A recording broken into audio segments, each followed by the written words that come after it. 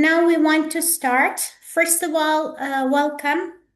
Today, me, Pacifique, and Data will be here to help you with our, let's say, HACCP course.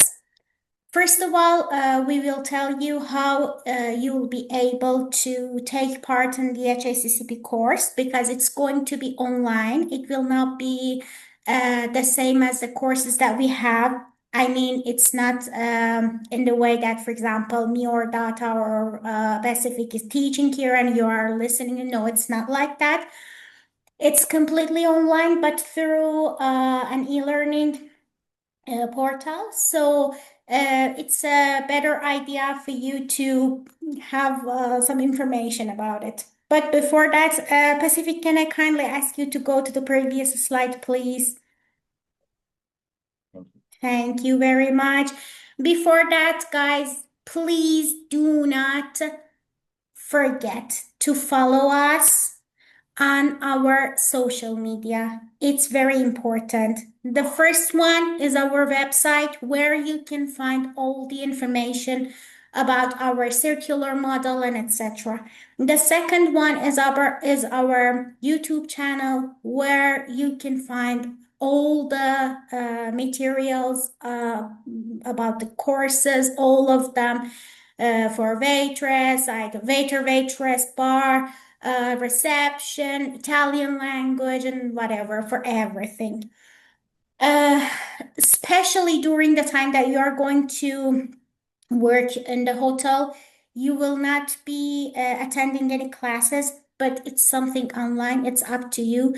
Just in a day, work about 45 minutes, 1 hour on each of them, then it will be a good idea. And third, one of the most important ones, our LinkedIn. Do not forget to follow us on LinkedIn. When we post something, please try to reshare it, to like it, and like is not enough. In order to just say, okay, I'm a student from Agorà who is following, who is seeing everything, you have to also leave a comment there.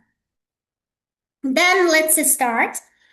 We will start our course, but after finishing, you will have time to ask any questions. But during the time that we are teaching about something or talking about something, it's better not to enter the questions because we will face lack of time. Thank you very much.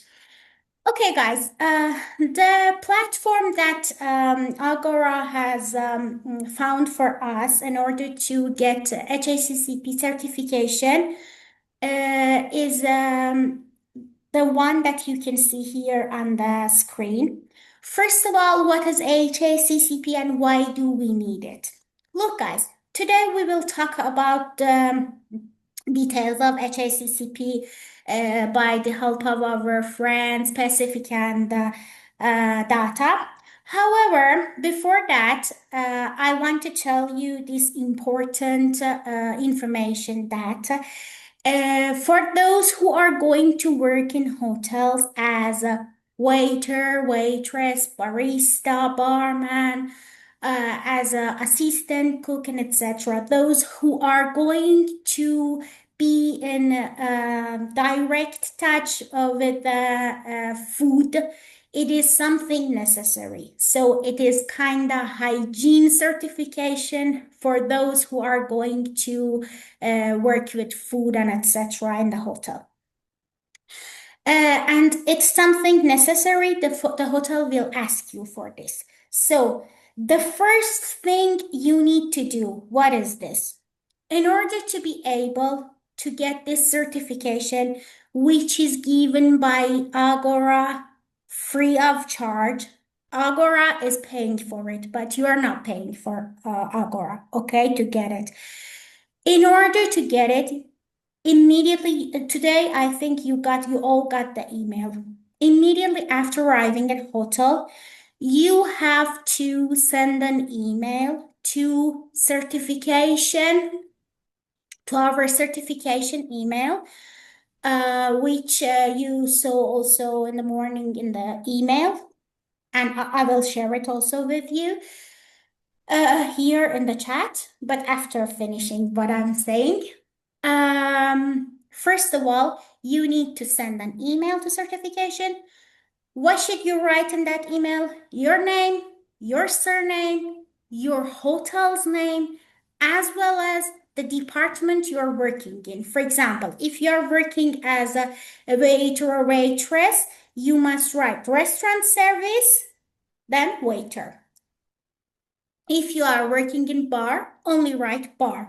If you are working in a kitchen, write kitchen, then slash assistant cook. That's it. After doing this, we will send you, it's the first step. If you don't do this first step, you will not be able to access any credentials in order to enter the e-learning portal. So, first of all, you must do this. Second, you are going to get credentials in order to enter this portal. What are the credentials? We are going to send you a username specific for you, a password specific for you. Okay. After getting the username and password, you'll be able to enter the website that we have put here, formazioneweb.it. Then after that, you'll be able to see this picture that I have put here. After seeing this, you have to you have to cut the exact username from the email that we have shared with you and paste it here. Then the password also the same. Then access to the course. When you push the access to the course, you will enter a new page. However, as we had finished the course and we had got the certification, none of us had access to the website in order to get more pictures to share it with you. However, I'm going to talk about it verbally. Just listen to it carefully. It's very important. After this page, you'll enter to a page on which you will be asked for different personal identities. I mean about your identity card or permesso number, about your codice fiscale, about your job position, and etc. Okay? So it will ask about it. And also you can see other, let's say, parts where you'll be able to edit it. For example, if something is wrong, then you'll have the availability to change it. It's okay. You have access to it. After that, you can start it. So the credentials will be provided by Agorà, but after getting your email and our certification email.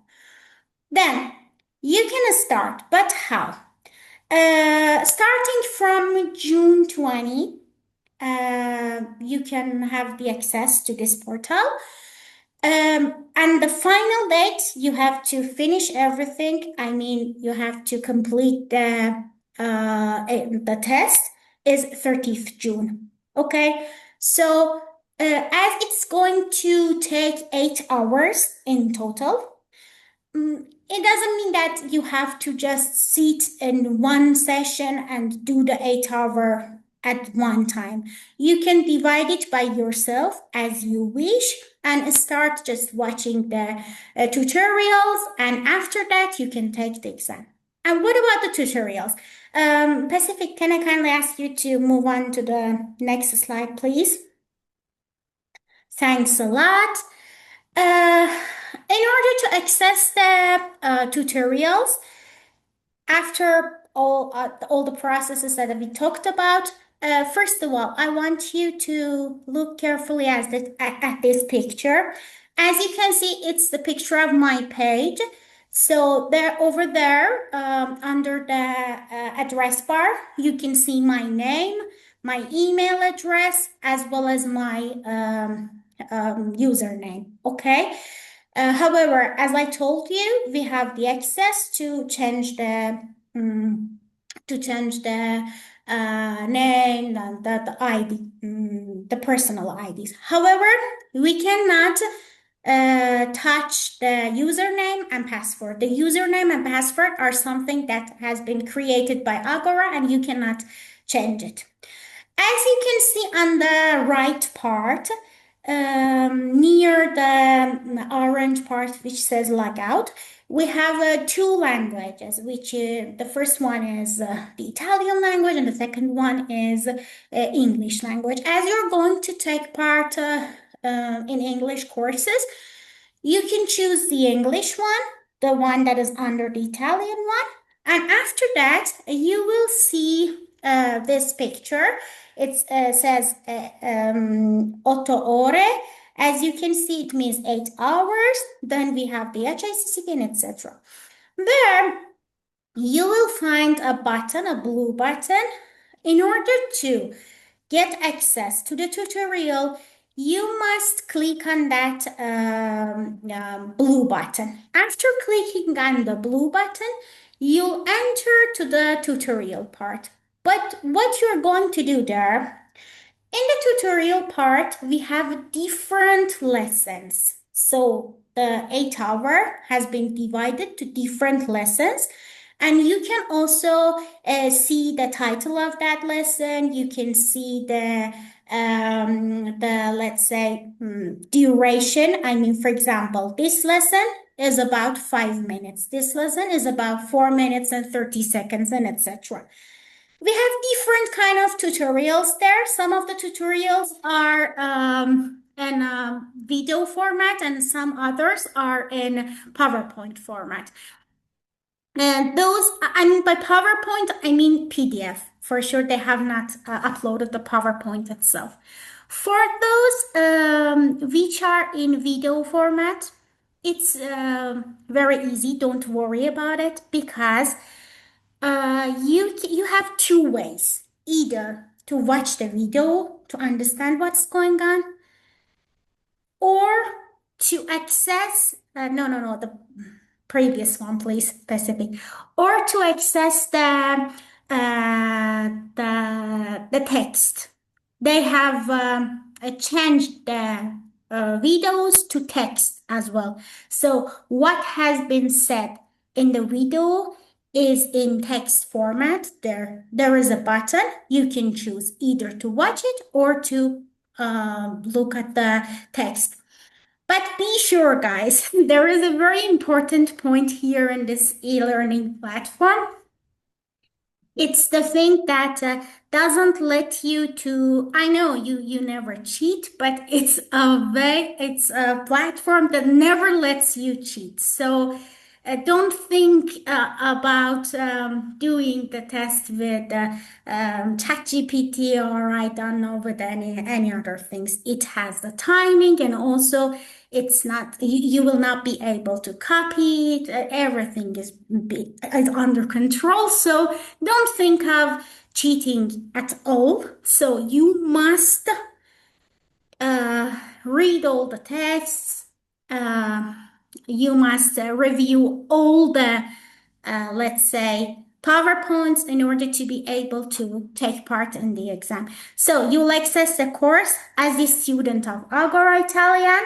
The learning duration overall is 8 hours, that you can choose how to divide it. For example, you can say, at this time, I will be working, so I don't have time. Let's do it at night. It's up to you. You can do it yourself. Then it's possible to choose the English language. And if you don't choose the English language at this point, I mean the point that I have put the picture here, you will have the availability to choose the language when you are watching the tutorials. So don't worry about it, but be careful. In order to access the tutorial in the language you wish, before starting using the tutorials, you must choose the language. Otherwise, everything will be in Italian language and you will not be able to understand it. However, don't worry. In that case, you can take the screenshots and translate them, but it takes a lot of time. In our time, we didn't have the access to the English version, so we had to translate them. However, for you, it's ready in English as well. Let's move on to the next slide. Okay. Guys, first of all, and most important thing, there is no way of cheating. No way of cheating. It's a platform that is under control. And don't think about, okay, I will cheat, I will finish it, and etc. Let's not do the 8 hour. The second thing, if you don't feel the 8 hour fully, you will not be able to access the exam. Third, after finishing the tutorial, make sure you're in a good situation to start the exam because the exam has the timing. It has 1 hour, and during that 1 hour, you must finish it. And there is no way to go back, come, I don't know, things like that. Okay? So make sure and then start it. The questions can be answered if you just read all the tutorials exactly, carefully, and very well. However, today Pacifique and Data are going to give you some information. We have put some of the, let's say, the summary of what we have understood on the slides so that we can convey them to you. And then after completing the exam, you'll get this picture. Congratulations, your exam passed and you can continue. How you will go and just grade them according to the amount of satisfaction, if you were satisfied with it, if you were not, and etc. After filling out this, uh, then it will be finished. It will say, okay, now you can get the certification, but you will not be able to download the certificate by yourself. You have to wait. Just wait for it, then Agorà will pay for it and get your certificates. It's very important. And the most important thing is that it is something that you need. It's a must for the hotels. If you don't give it, you will not be able to work. The next slide, please. Okay. Guys, today we want to talk about HACCP. As I told you before, Pacifique and Data will talk about the details. However, I want to just start with a short definition of HACCP. Don't worry about anything. We are going to share the slides with you after the session, but be careful during the class. So if you have any questions, you can ask it now. Otherwise, it's the last session that we have about it. What's HACCP? It stands for Hazard Analysis Critical Control Point.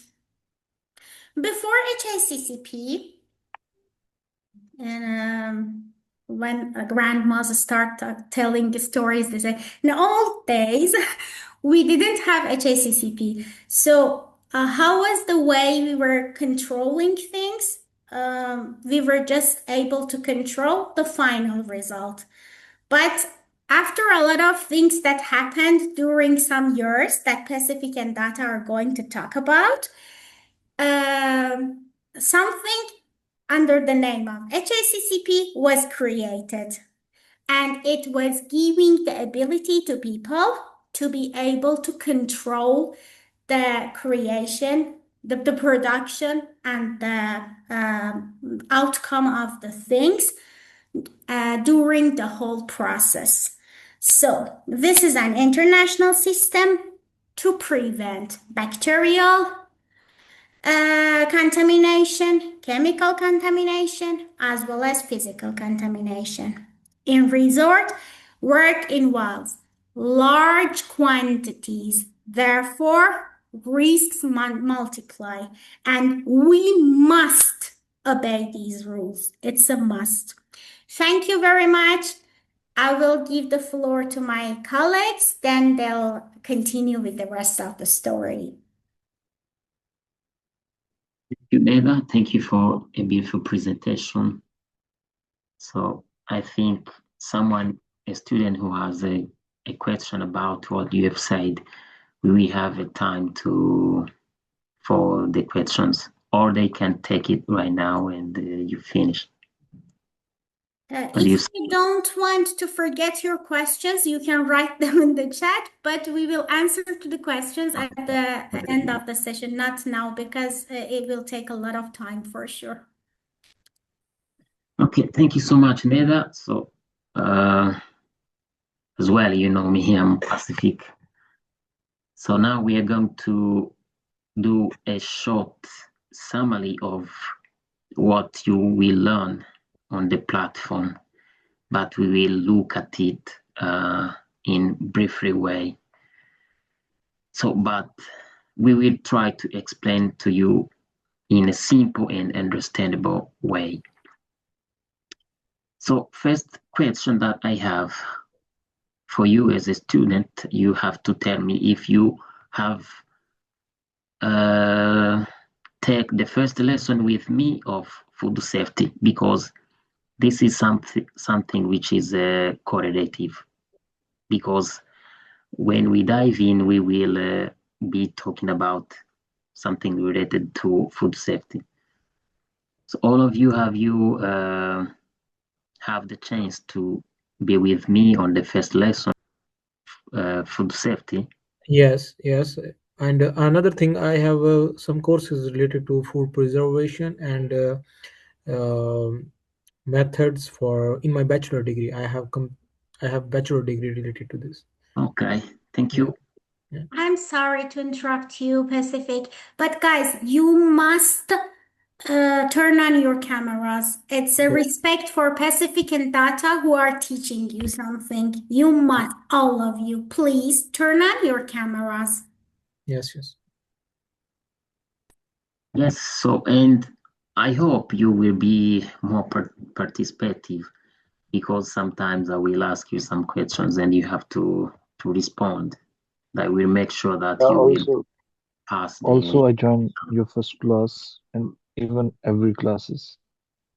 All right. Thank you. So we can go. Neda said about the CCP, which is hazard analysis and critical control point. So this is an international system, as she said, to prevent the hazard.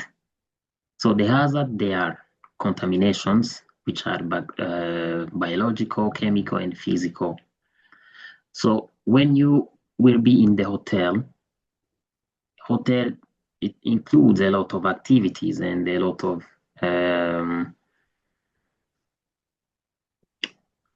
activities in kitchen, in bar, everywhere.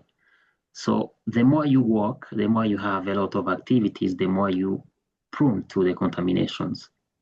There is a risk of contaminations. So this is why it has been created, this HACCP, to work with a minimum contamination at the acceptable level. So the purpose of HACCP is to prevent the contamination. We will see brief about the biological, chemical, and physical contamination or physical hazard, or the hazard in general. The second purpose is to reduce the risk in every step of the food handling, or in an industry or in the hotel. Also is to protect the guest from foodborne illness, which is affecting our healthy, or the guest healthy. Also is to standardize the operation. So if you remember, in our first lesson, we have talked about the ISO, which is an international standard organization, which standardize every activity in the production process to be able to minimize the risk at the acceptable level, we say like that. We need also to ensure, HACCP also ensures that the activities that are done in a kitchen or in the hotel or in an industry comply with an European regulations.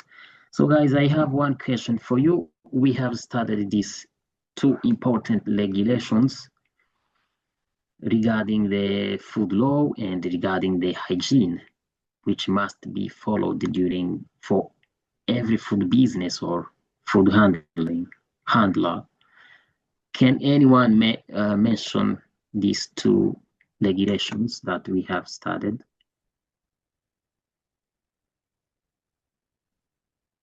So we have 1 minute to answer this question. We have studied about the European regulations. There are two important regulations that are essential to understand the HACCP. One regulation is regarding the food law, the general food law. The second one is regarding the hygiene. Any idea about this, Fayaz? It does not exactly come into my mind, but it's anything that is against the European regulation for consumption and food handling. So just like this. Okay, you can write in the chat if someone has the answer of this question. So we have studied two regulations. The one is the regulation of European Community of 854/204, which is regarding the hygiene of the foodstuff. Another one is the regulation of European Community of 178/202, which is regarding the general food laws. I think you don't remember, but this is it. Okay. So we can move on very quickly.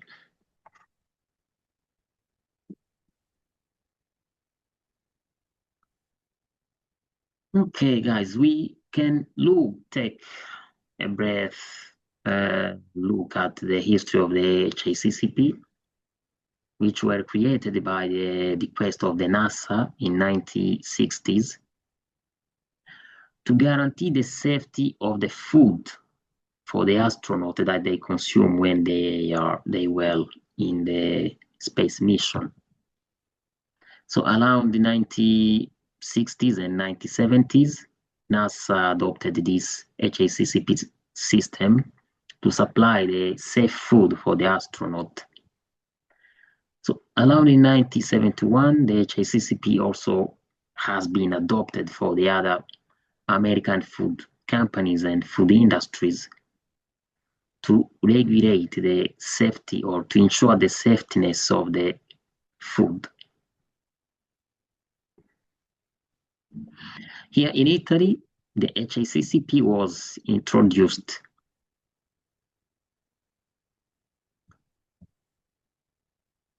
Sorry.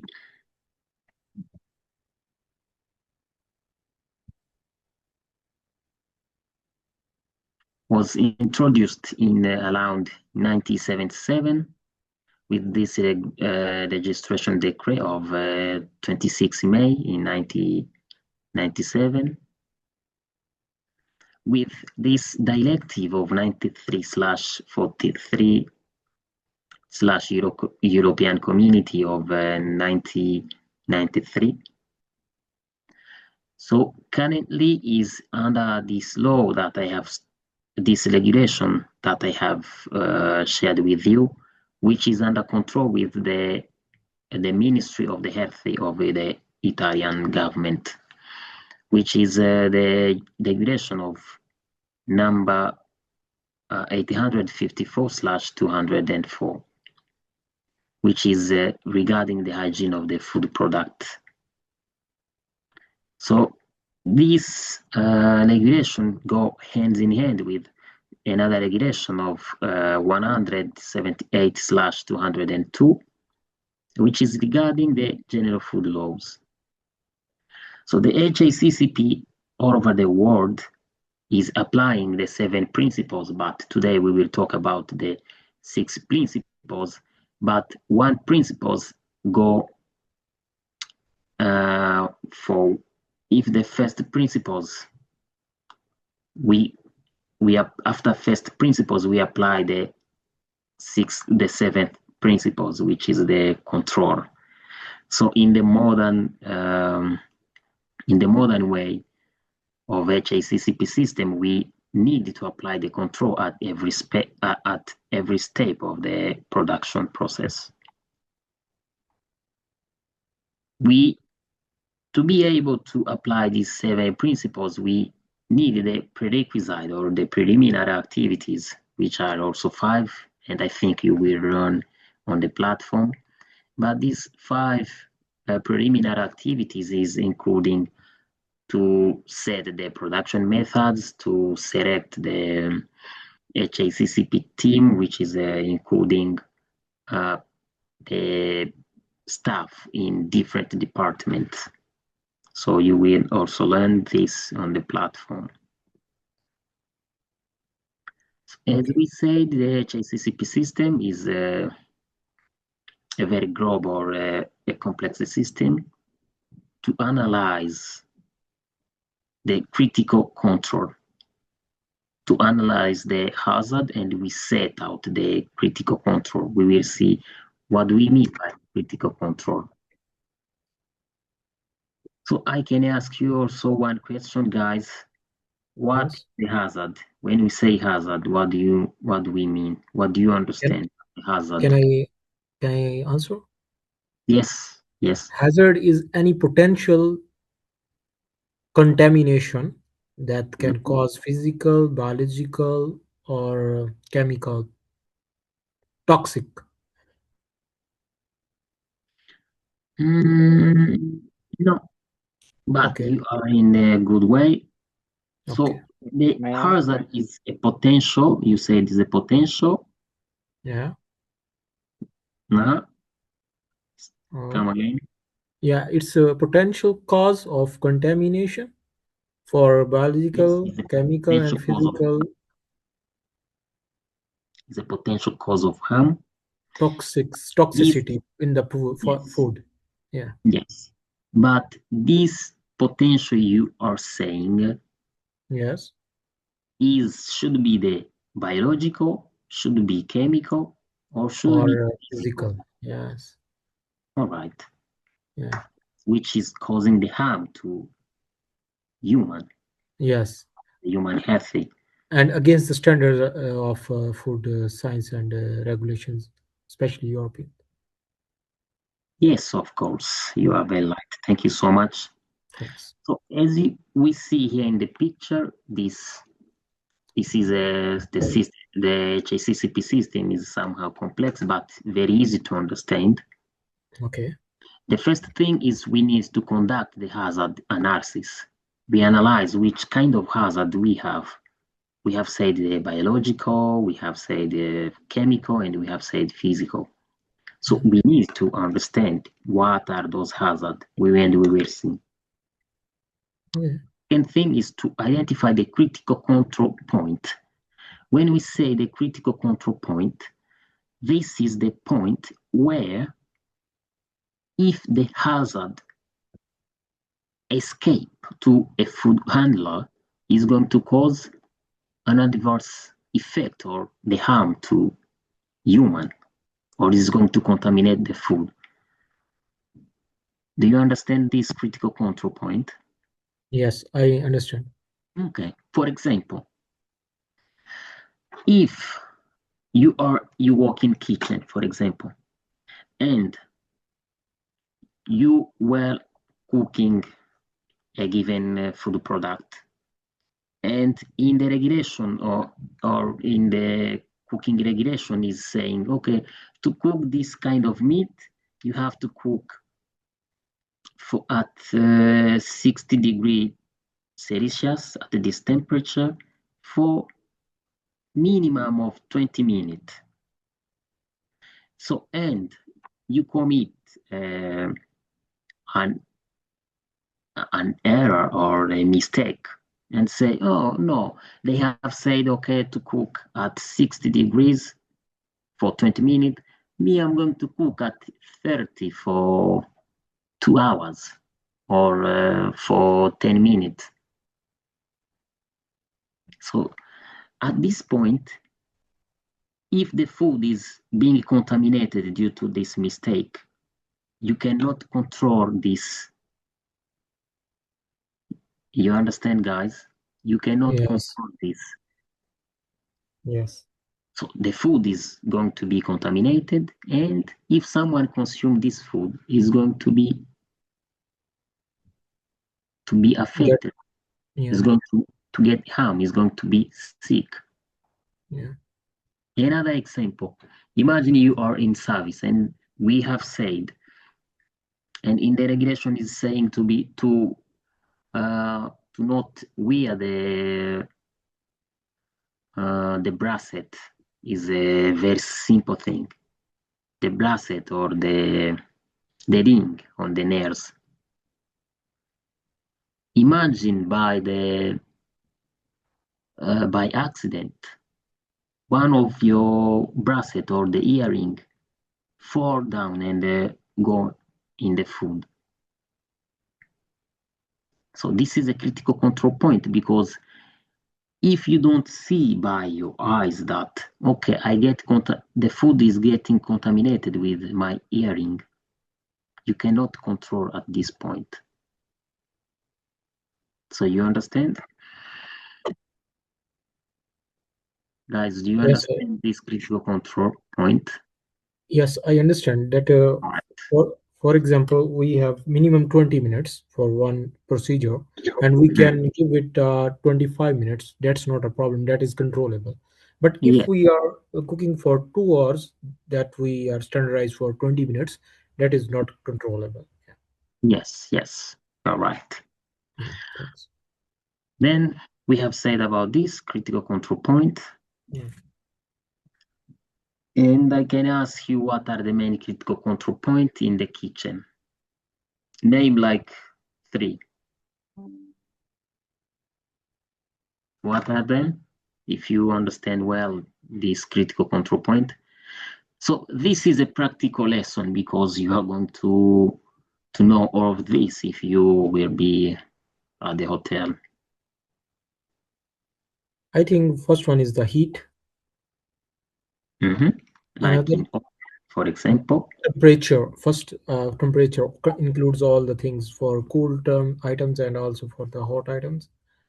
so the point is, for example, in oven, or because in oven you control the temperature, Yeah. or while you are cooking. Yes. Okay, these are the points. The second one is Second one is hygiene. Hygiene means bacterial or physical. yes, it can be like third. So the second one should be the in fridge, because Yeah, also you fridge and control oven and on the stove also. stoves. Yes, we have talked about it, and in cooling system like in fridge or Pasteuria or pizzeria, something dough like dough. yes. Yeah. All of guys, you understand this critical control point? Yeah. Say Yes.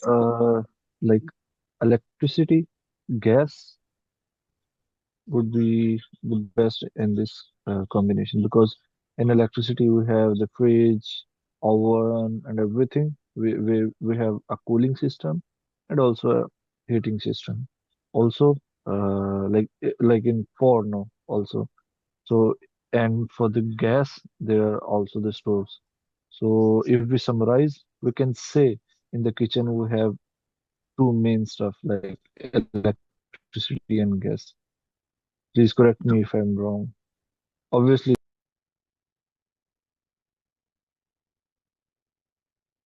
I cannot understand you well now, your connection problem. So, but this is very important things. So imagine in a fridge, for example, you store the food in a fridge. and goes like beyond the critical temperature, and the food is going to be contaminated with bacteria. So if you cook this food, there is no escape for the contamination. So we can go on. We have understood why we need the HACCP system. Someone can summarize? Guys, in 1 minute, this is a collaborative lesson. You understand, you already understand. If Why we need HACCP if system. another one is not available, then I can. Yes, Fayaz. Yeah, we have to follow the rules and regulations to avoid any contamination and hazard related to physical, biological, and chemical contamination. And we have to follow the critical control points, that is our threshold, and Yes. we can have a range to manage our things. But if we are out of the range, then out of the box, it's not a control. So what I got. Yeah, you are very right. Okay. So the HACCP system, we need it to control or to prevent, to control, and to minimize the hazard at the acceptable level. This acceptable level is like the threshold you've said. This is the minimum level as possible that the contamination cannot cause anything, any harm. You understand? Yeah. All right. So we can take a look at the traditional control system and the modern control system of HACCP. So you look at here, we have the first materials or the raw materials. We have the phase 1 of the production, phase 2, phase 3, phase 4, phase 5, till the final product. So imagine in a restaurant, the first raw materials is from the farm, okay? Then the phase 1, for example, transportation. The phase 2, for example, and phase 2 to receive these materials at the hotel. The phase 3 and 4, for example, should be the storage. Okay, the phase 5, for example, cooking, and the final product is your nice cooking, the food that is ready to be served. So from the traditional control system, it works in the way that the control was done at the final product. Okay? So which is somehow, which is totally different from the modern HACCP control system, by which at every stage we need to control. Guys, you understand this? Because you will learn this and you will be asked for in your final exam. Yeah, I got that in traditional system, that is old system, that is only focusing on the product, the final thing that we are going to serve, and but for the modern one, the new one is controlling all the things from preparation. Yes. At the hotel, if you receive the product, you have to measure the temperature, you have to sort out the damaged product versus healthy product. So from the storage, you have to fill out the form. Okay, I have received this kilo of the product and I have stored at this temperature. So once you used any product, okay, I have used, for example, 1.5 kg of 6 kilogram of this product.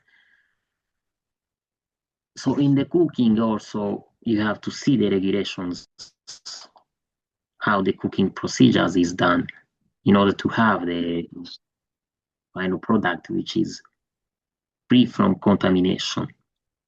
So also before you serve the guest, before you serve the food to the guest, you must also have the visual control, like, oh, I can see there is nothing, there is no physical object which should contaminate the food.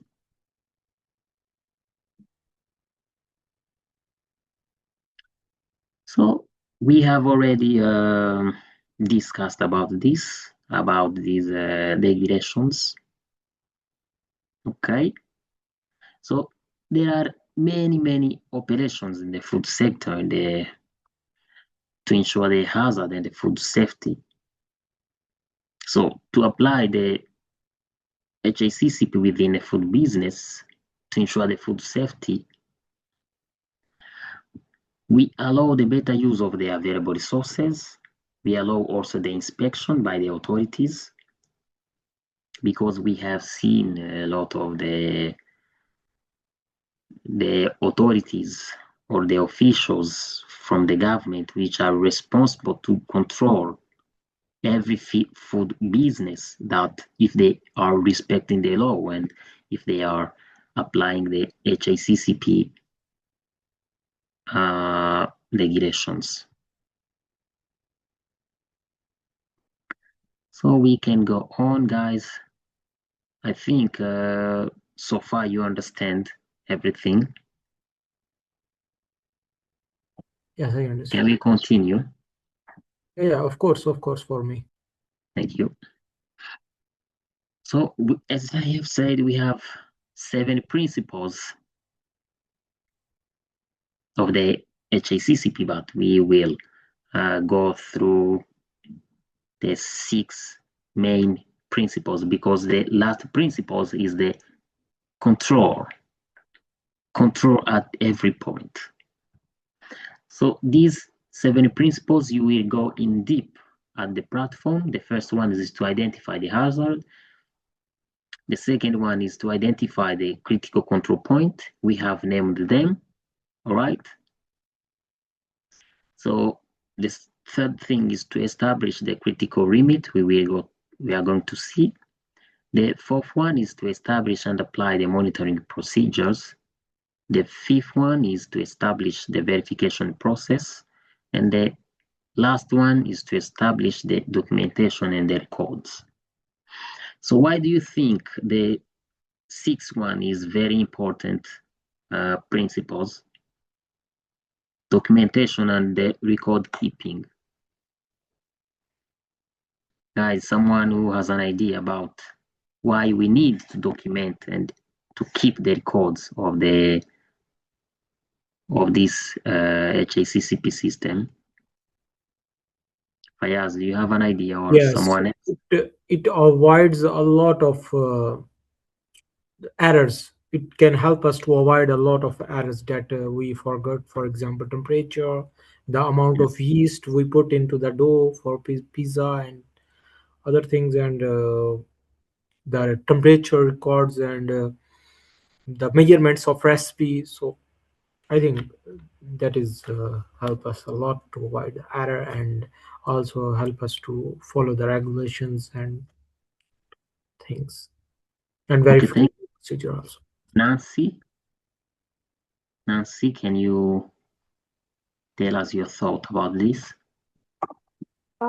This helps to continue care, as in it will help the next person in the next shift to know what they do, and will help to continue the care and preservations and prevention of hazard.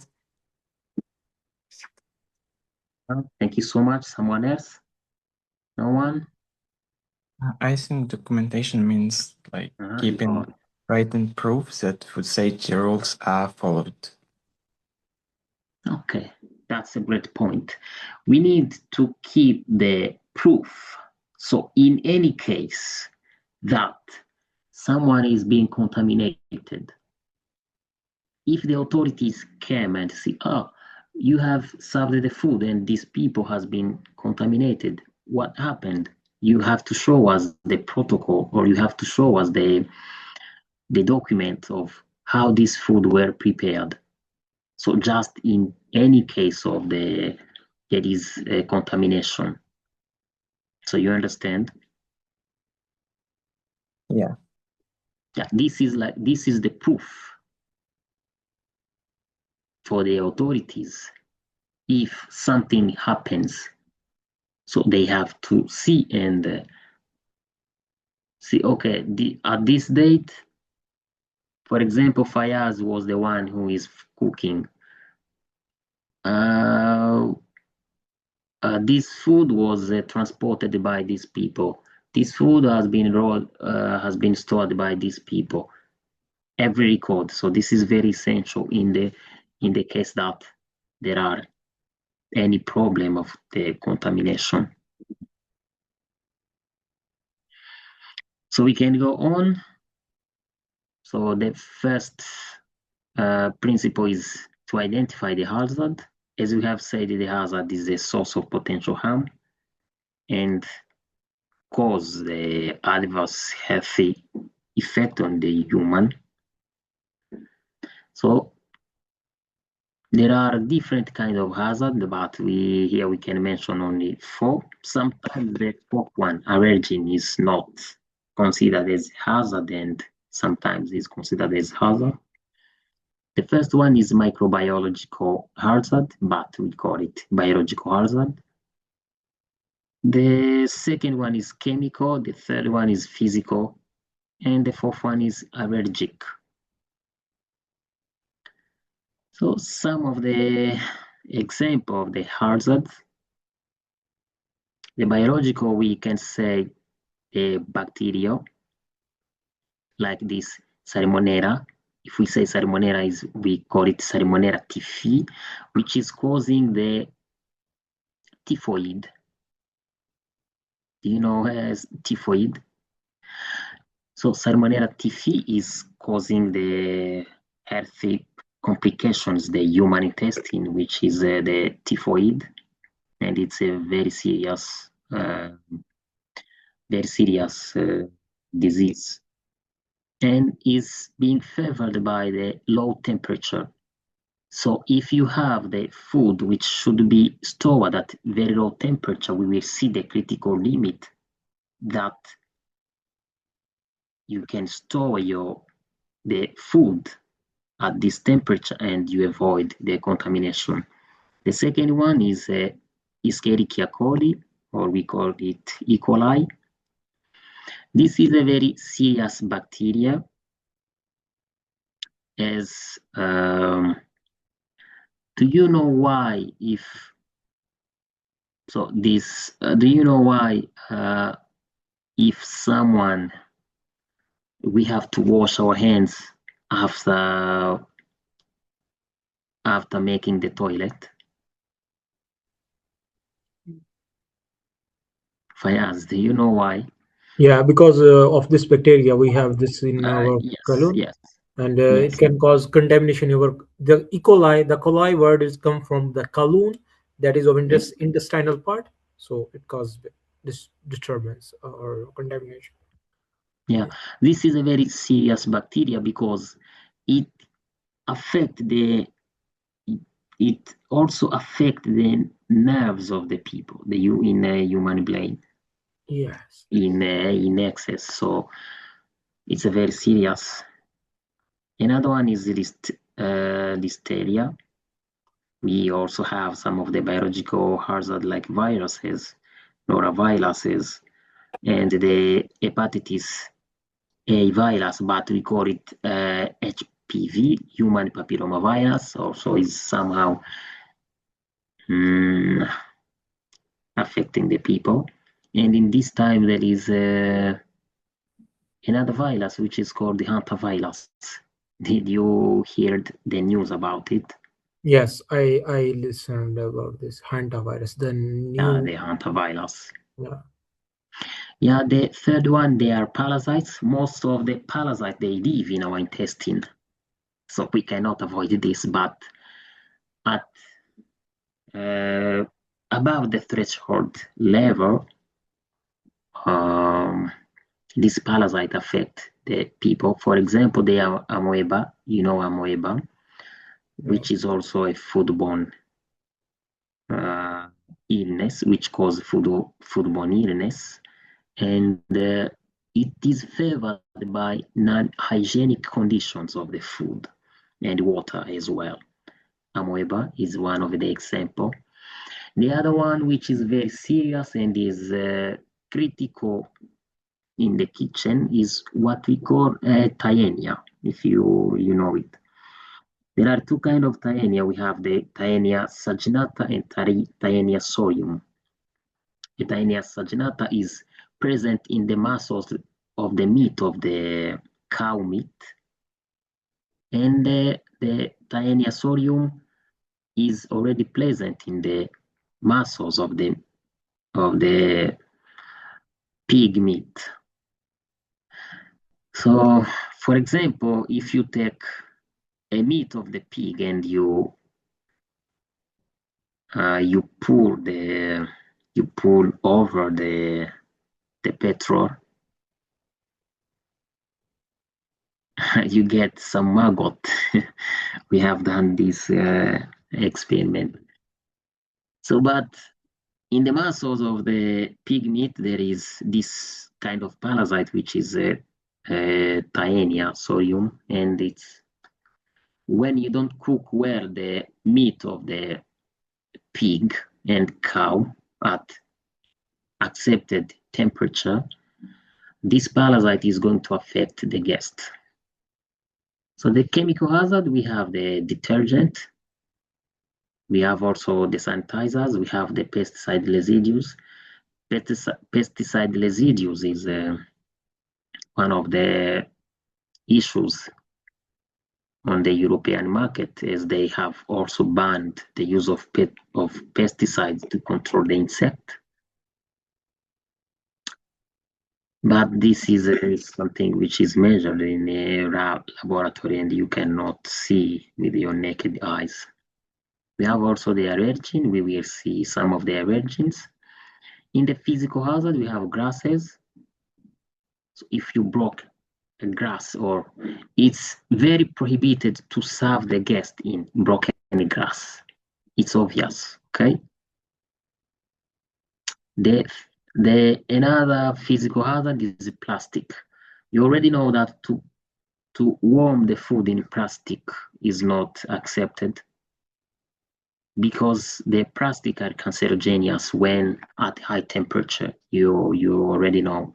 So if you take food and you put in the plastic and you put it in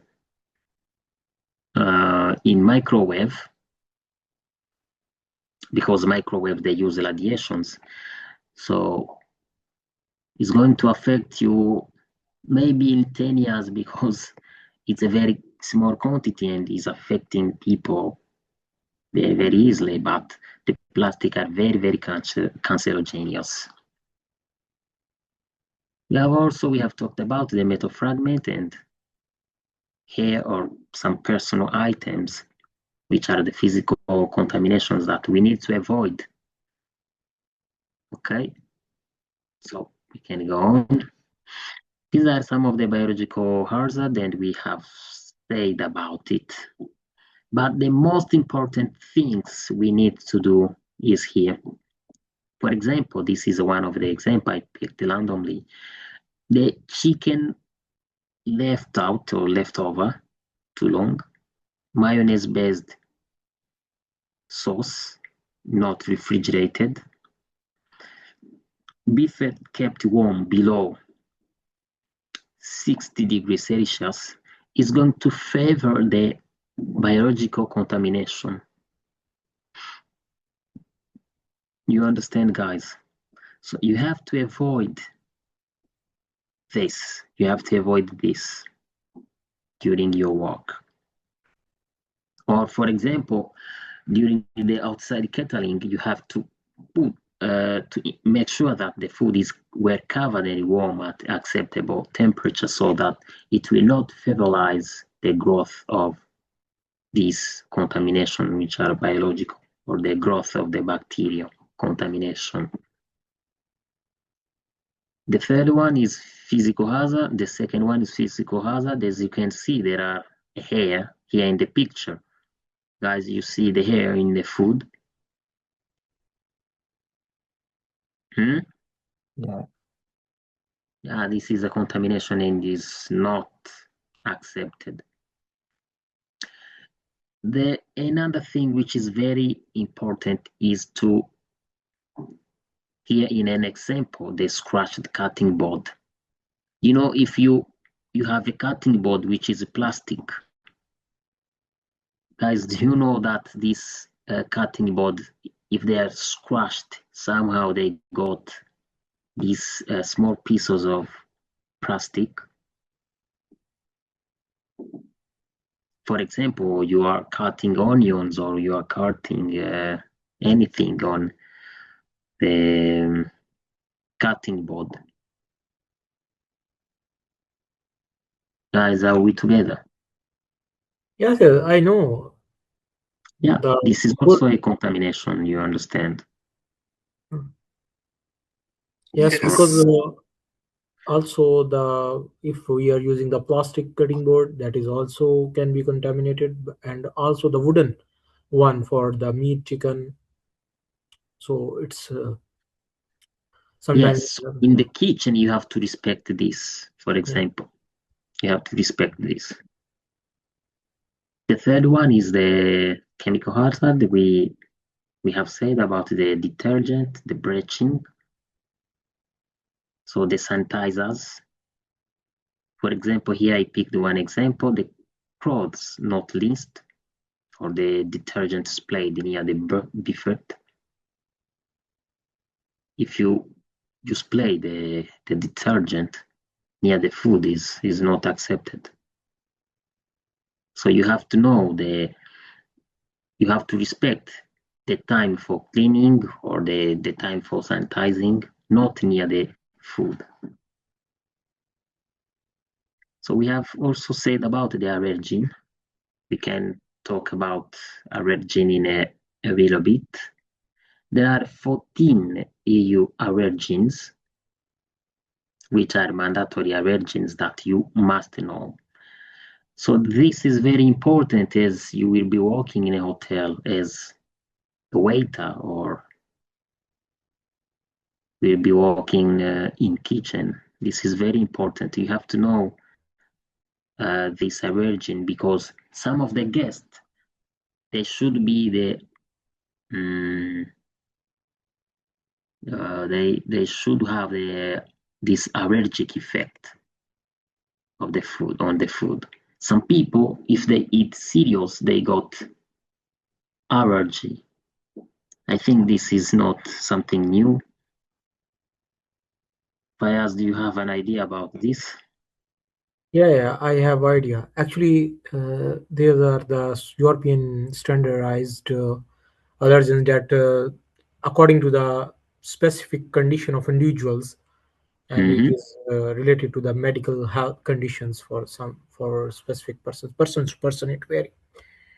So sometimes people have allergy to cereals, sometimes they have Yes. silk problem, the medical condition, so gluten allergy, so it depends. Yes, someone else who knows about the allergens.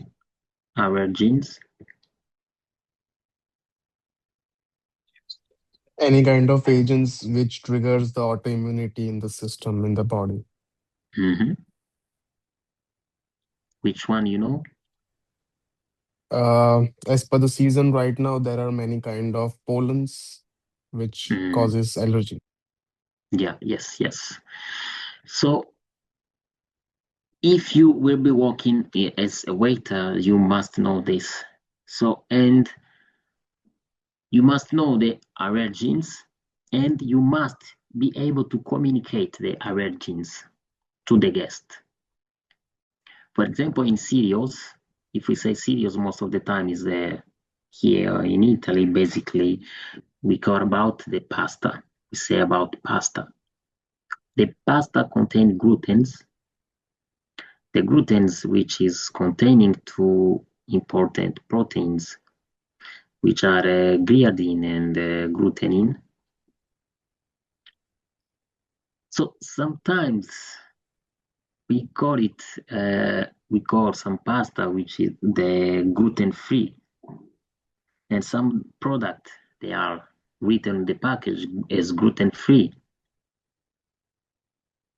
So if a guest is allergic to the gluten and he or she asks you, oh, does this pasta contain the gluten or is gluten-free?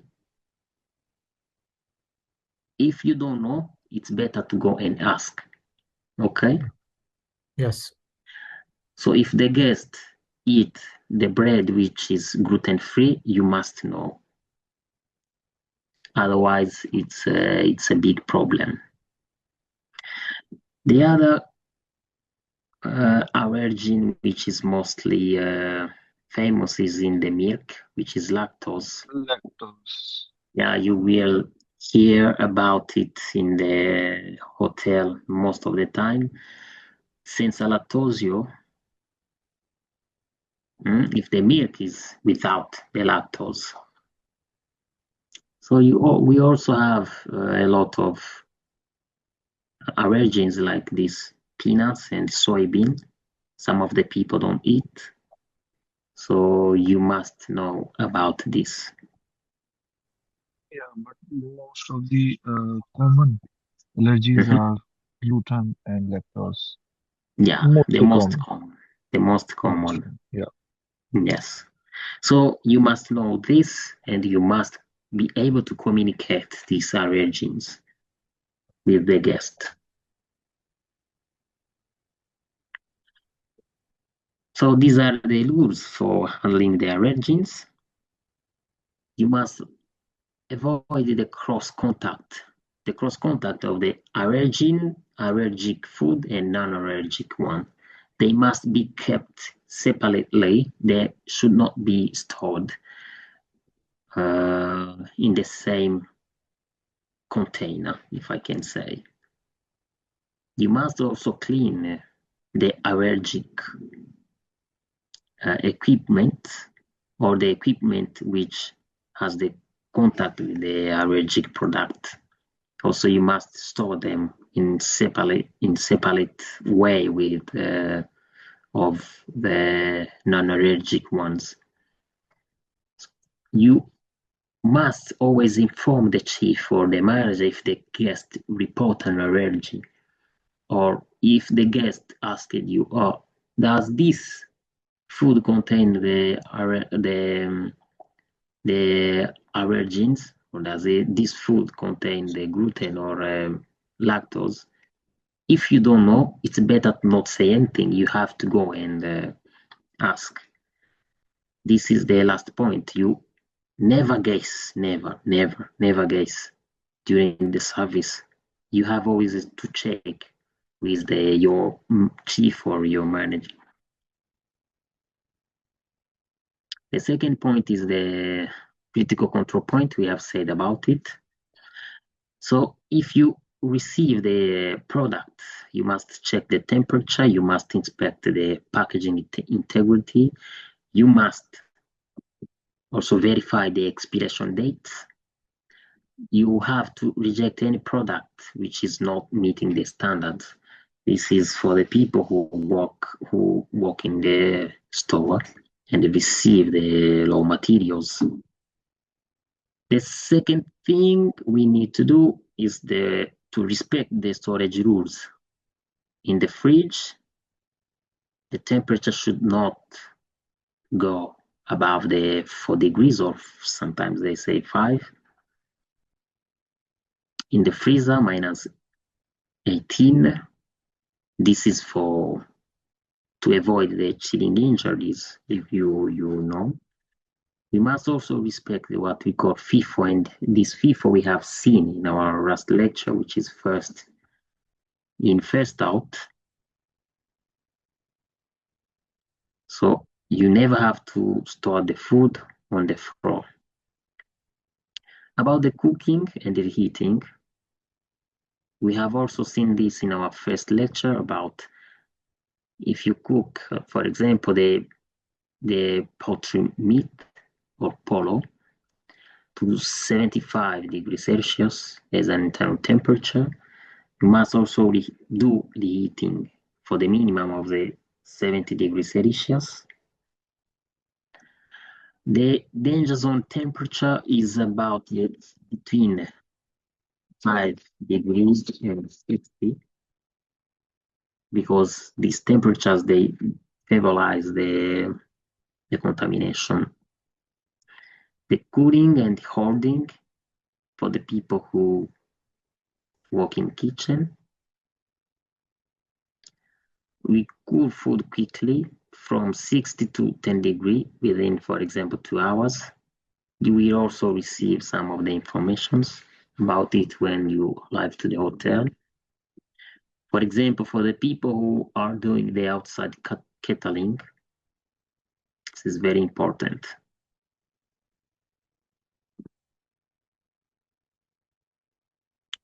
So as this is like a summary of the critical temperatures, for example, cooling, heating, and the danger zone. The danger zone, this is where the bacteria multiply. So some of the bacteria, they are very tolerant to high temperature as they multiply quickly.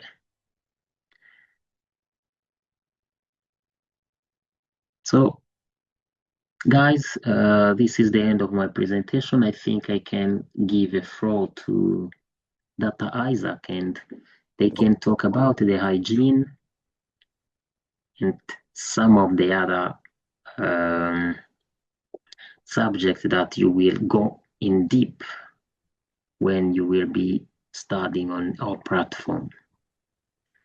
So guys, if someone has a question, okay, you have to write it in the chat, and we will also have the time for questions. So that Isaac, you can take the floor. Thank you so much. Thank you, Pacifique. Good evening, colleagues, and I'd like to thank Neda and Pacifique for the good job done. Pacifique, you help me share the slides from Hygiene, Yes. please. Yeah, I know you guys have been here for a long time, and this is a session that is not very complicated, so we shall get through it, and then eventually, when you dive in to start your course, I think it will be interesting. We just want to give you an overview. So like hygiene is an everyday aspect of our life. As we are human beings, we always practice hygiene, and I think it's interesting that we're also going to share it with you today. Hygiene refers to how we take care of ourselves and our environment, right? Being hygienic refers that we have to not represent a risk factor for human health, like potentials of dangers, microbiological, physical, or chemical nature. And in food handling, it's important that we, as food handlers, the personnel, we have to identify the main causes of food contamination. So everyone working in this sector, be it a waiter or if you're working as assistant cook, we have to make sure that our roles maintain a high standard of, first of all, our personal hygiene, all right, and then the hygiene of the environment where we are working, making sure that it is clean, first of all, and it's suitable. And also you as the waiter, you have to be clean. Thank you, Pacifique. The next slide, please. Go on, next one. Yes, next slide. But there is a very interesting question right here.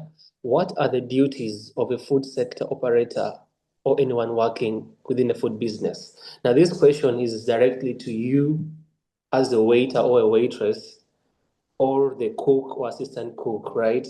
What are your duties in this sector? First of all, you need to keep your hair neat, okay? If you want to keep your hair long, you have to comb it and make sure it doesn't break. And then sometimes you have to to cover it, okay? And then nails, keep your nails short, keep them clean.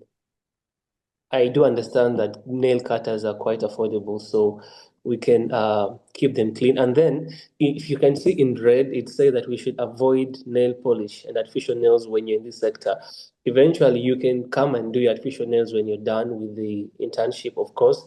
But when you're working, please keep them clean, keep them tidy, and not artificial. Wash your hands thoroughly at all occasions, right? Wash them frequently because you're going to be touching things here and there. You can use soap to wash your hands or any other disinfectants just to keep your hand clean. And then an etiquette of a normal human being, even if you're not a waiter, is that you should wear something that is clean. Your uniform should be clean. Wash it regularly. You should iron it and look clean. And then the shoes that you should put on as well should maintain the place where you're working. For example, I know we all do have different types of shoes, but the shoes that you use for working as a waiter should not be the same shoes that you use for playing basketball, for example. So all these things should be correlative. And of course, the last point is that we should wear a protective head covering and masks, gloves where necessary, because sometimes you'll be touching things that need you to cover your hands, because if you do them with bare hands, you're going to expose yourself to risk. All right, Pacific, we're going to the next slide. Thank you. We had touched some parts of personal hygiene, and I will not dwell very much because, I mean, every day we practice hygiene. It's become part of us.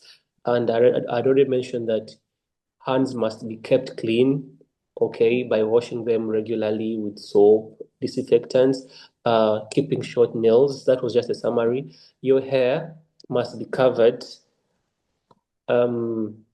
If you have rings, I know you are married. Some of you are married. I'm not. Maybe Pacific is married. I don't know. You should take your rings off. If you have bracelets, if you have a watch, when you're working, you can take it off. Maybe on your day off, that's when you can put on it, because it's better to be safe, because you don't know, your watch might actually cause a hazard where you're working, just the watch. So you just have to, be cautious. And then we had summarized about keeping the uniform clean. If it's possible for you to wash it every day, I know the hotel will provide you with a pair or two, so you can keep one clean, wash the other one as the other one you're putting on it. Pacific, let's go to, yeah, thank you very much. Now looking at cleaning and sanitization procedures, now, where we are working, we have to maintain it clean because, I mean, it's mandatory. For example, I want to assume that where you are sleeping right now in your bedroom, you are keeping it clean. The same way you keeping your bedroom clean is how you should maintain your workplace. All right. Now, I want to share my personal experience in the summer. Some of the points are here. Okay. So, first of all, after every work session, we have to dispose of the wastes.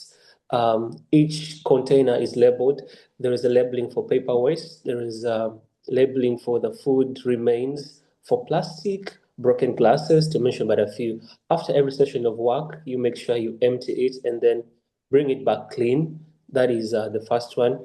And then before leaving the restaurant, that is, of course, after setting it up. I know we're not doing a waiter course specifically, excuse me, but I think it's important. After setting the table, Yes. cleaning it and everything, before you mop the floor, it is important that you first sweep it. When I was working, there are people who just want to mop without sweeping, and I think it's not a good thing. So you first sweep the floor, then you mop it. Of course, every day, the last thing to do is to mop the floor before you leave. And then when you're looking about the deep cleaning tasks for the fridges and the freezers, it's indicated that it's weekly. However, if your manager says you should do it daily, I think you should go by it. The same with the storage shelves. They have to be kept tidy and clean. We already know why. And then the ovens and of course the waste area. After disposing the rubbish off, we have to maintain it clean. I think this is basically a summary of everything that I've discussed. I don't know if I'll have to touch it, but just to wrap it up very fast, is that we should clean our working areas after every service. For example, if you're working breakfast shift, when you have finished everything, clean it, sweep the floor, mop, dispose the rubbish, bring back the rubbish containers. Same if you're working for lunch shift or dinner shift, okay? And then sanitization of the table is very important. I mean, so like there are days when customers are very many and you have to clean the tables every time. And sometimes people forget that it's important to sanitize the table and keep it clean before allowing the next client to sit. So this is what he talks about: sanitization of the table before and after every customer. Focus on high touch or the menus. That is, if you're able to get into that, because basically the waiters, let's say they don't actually get to that part. And then we should use designated cleaning products. What does it mean, designated? A product that is meant for cleaning the table is for cleaning the table. If it's meant for washing dishes, you can't use it for cleaning the table. So you have to differentiate these products, right? And keeping the cleaning tools clean and stored away from food. That is the cutlery, the dishes. I mean, everything that you use in the kitchen should be kept away from the food. Going to slide 31, this talks about the pest management. And an example of pest management here is elaborated that there are the insects and the rodents. Rodents can be the rats. Of course, if you don't keep a place clean, you are creating room for these pests. So the whole solution to chasing pests is to keeping a tidy and clean environment. The insects are and rodents, due to the habits, they come in contact with waste. So like that is how, eventually how it's going to lead to a spread of a disease, because if we don't keep the places clean, pests are going to come, rodents are going to come, and before you know it, it's too late to work on this issue. And of course, in the end, all this is harmful to our clients. All right. So it's always good to maintain our working environment clean in order to manage the pests and the rodents. When we that Pacific, the next slide, it says that all food businesses must therefore implement appropriate pest control and monitoring plans to ensure high levels of food safety. They have given an example, numerous examples of what these pests are. Crawling insects such as cockroaches, the beetles and ants, flying insects, mosquitoes, to mention the very many. So we have to, if it means you have to spray following the instructions of your manager, please, it's good to do that, because it's better to be safe than to be sorry.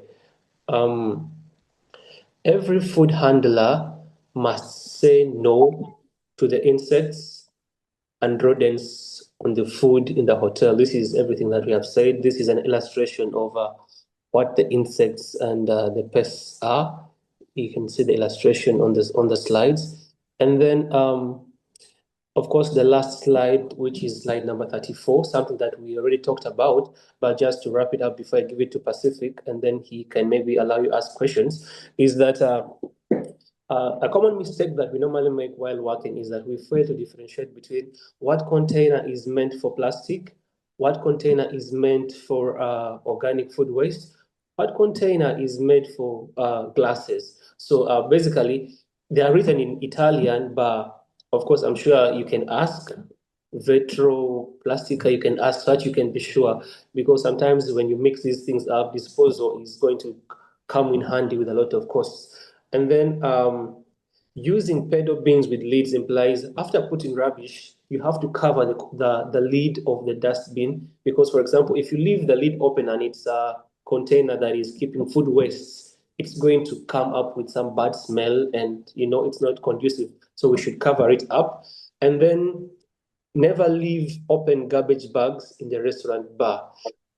This precisely means you might be very busy and then one dustbin is filled up with rubbish. Let me use the example of again of the food waste. You have to take off. It's called the booster. Pacifique, you get right that plastic. Yes, yes, Yeah, yes. you remove it, untie it, put it aside, and put in a fresh booster so that the rubbish can keep on coming because you won't have time to do it at it. Eventually, after the session, you can take all the rubbish outside. This is what it says. You should never leave open the garbage bag. You should tie it and then dispose of it. And then lately is we should clean the waste area regularly after every shift when you have swept the restaurant area, when you have mopped. Don't forget to, eventually to sweep and mop the area while you're keeping the dustbins for the rubbish. I think this is very important, and this has been what I've been assigned to discuss with you. I'm going to leave the microphone and space back to Pacific to take control of the session, and should you have questions, we shall be available to answer. Pacific, over to you. Thank you very much. Thank you, Mr. Data. Thank you for this beautiful presentation. And I think it's time to receive some of the questions or some of the suggestions from our audience, from the student. Can I have a question? Yes, please. Now, as we proceed that we have done our HACCP course, we have done all the language and something all related stuff to this our internship. So what is next for us? Do we have to wait, or do we have to means what to do next for us for our successful internship related Tell to? the truth, I didn't get your point because in each step we are informing you. After this session, you're going to start your work in the hotel. Then Okay. when you start the same day, you have to send the email to us. Then we will send the credentials. Then you will take part in the exam. Then you will take part in the after the exam, you will send it to us, and then we will send the documentation, I mean the certification for you, and then you'll continue there. And after that, during December, we will again continue with our course. Sorry, for December? From December, yes. Sorry, I did not get your point for December. Sorry. From December onwards, we will continue our course. Okay. Yes, because again, the new season will start, the winter Okay. season, and etc. So I can refer your academy to my colleagues for the students or something, for my friends. Do you want to introduce Agorà to your friends? Yes, of Yes, course. it's okay. It's okay. You Okay, can okay. introduce them and they have to do the registration and then they can start. In Okay. order to get fully informed, they can also send email to us. Okay, thanks a lot. Just to add fires to what Neda has said, Yes. eventually, after completing the internship, you going to come back, of course, and write your internship report, right, and submit it. And then later on, like she said, around December, because in the end of the course, you have to get a certificate from Agorà that you've completed a course in hospitality. And I think the last step is that they'll give you an assignment. For our case, we did write a thesis, right, as a group, and we worked on it. And after finishing it up, we got our certificate that we have fully finished our course. That is, we were given a certificate. I think it's very important. Having that is going to give you a better opportunity. So I thought I should add this to what Neda said. Yeah. Okay, I got it. Thanks a lot, and I really appreciate your efforts. You are so much helpful. You both. You're welcome. Welcome. You're Muhammad welcome. Awais. Muhammad. First of all, thank you very much for your interactive session. You did a lot. Secondly, my question is, as you already told that we are gonna write a report after completion of our internship, and then the winter season will start again. So we'll study, we will submit our thesis, and we will get our course certification, right? Yes. But my question is, do we need to do the internship for the second time as well in order to Yes, get the certification or no? yes, yes. Okay, thank you. The course is 18th month, and during 18th month, which is 1 year and a half, we have different seasons. So in different seasons, you will have internship doing it in different hotels. Maybe the same hotel, it depends. Yeah, perfect. Thank you very much. Well, And we will Welcome. definitely get the certification after completion of the internship of the second season, right? after 18th month. Yeah. Thank you. Thank you. Okay. Ayman, Yeah. Ayman, you can ask your question. Okay, thank you. I want to ask another thing. If I got accepted in Erasmus and I have to go to another place, what's the procedure for that? How can I continue with Agorà? During that time, you need to send an email to us, then we will lead you at that time because it depends. The timing is very important. It's in January next year. So what's for that? If I want to do the Agorà 1, 2 and the Erasmus 2, is it possible to continue Yes, both? it's possible. Yes, it's possible. But again, you need to communicate it with us 1 month before. Okay. Thank you so much. Welcome. You're welcome. So something else, Neda, I can add is that if you have some exams in June, like before June 15, you can write an email to Martina and you can go on 15 of June. So you can be prepared yourself. You can prepare in advance. You do much exam as possible so that maybe 15 June you can go and have your 3-month internship without The point is any that problem. those people who are now in this meeting have got the offer letter and their starting date is already determined. So they cannot change that. But if you have any problem, you must inform us immediately. Immediately after this session, you can write an email to us. I have an exam on these and these dates. Excuse me. Yes, Okay. yes. Yes. I did not get my offer letter. So where I have to email? The email address? You have not got your offer Yeah. letter? You I don't know just which hotel you are going to work in? ITI Sardinia. It's Sardinia ITI. So I have booked my Okay, ticket. I know. We are going to send your offer letters within some days because Okay. ETE's offer letters will be sent a bit later than the others. So I don't need to send the email. No, we know it because all the people who are here No. are assigned for a specific hotel. Don't worry about it. Okay. Thanks a lot. Okay. And also, I wanted to add one more thing, guys. Only the people who are going to a specific number of hotels are going to take part in this exam and are going to be certified. So please don't try to send the I don't know the address of the website and etc. to your friends. Don't ask them to send emails to our certifications email asking I want the credentials, but there you are going to write the name of the hotel and we know. So for some of you, it's not possible.